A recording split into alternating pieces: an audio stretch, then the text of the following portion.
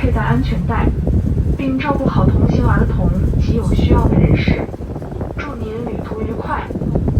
歡迎乘坐港珠澳大橋穿梭巴士，本班次目的地是香港。為你的安全着想，行車時赤錯穩及佩戴安全帶，並照顧好同行小童及有需要人士。